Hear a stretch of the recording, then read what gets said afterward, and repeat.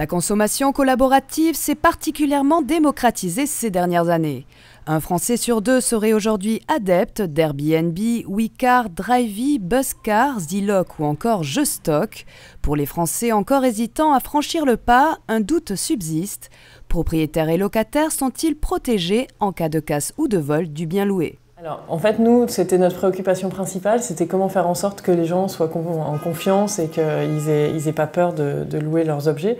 Alors, ça a commencé avec des objets classiques, donc on s'est tout de suite tourné vers une assurance casse, parce que c'était la première crainte des propriétaires, c'est dans quel état je vais retrouver ma perceuse. Bon, c'est marrant parce qu'une perceuse, ça coûte quand même nettement moins cher qu'un appartement, mais ils se posent beaucoup moins la question sur un appartement. Donc on a sécurisé ça avec un produit d'assurance. Pour la voiture, c'est un peu plus spécifique, puisque en fait toutes les voitures sont déjà assurées.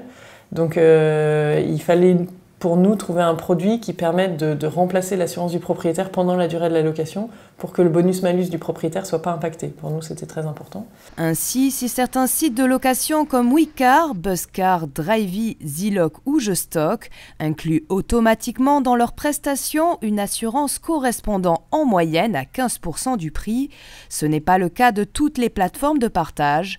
La raison est simple, les assureurs se montrent encore frileux face à la consommation collaborative, un modèle qui sort de leur sentier battu. Il y a quand même quelques startups qui se sont fait assurer sur ce type d'usage et de mise en relation des consommateurs, mais d'autres sont dans la difficulté à trouver un assureur qui les accompagne. En fait, ce qui peut être difficile à juger, c'est les frontières entre une activité personnelle et dès lors qu'elle devient presque un peu commerciale, dans le sens où on va vendre une partie de son véhicule ou l'usage de son véhicule. Pour les sites de location qui ne sont pas protégés par une assurance, certains ont développé un système D pour sécuriser les consommateurs.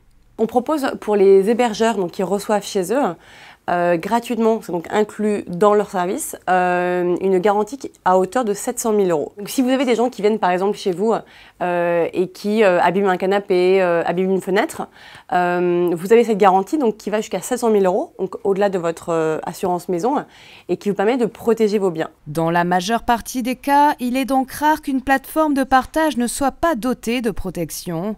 Attention toutefois, elles ne sont pas toutes complètes.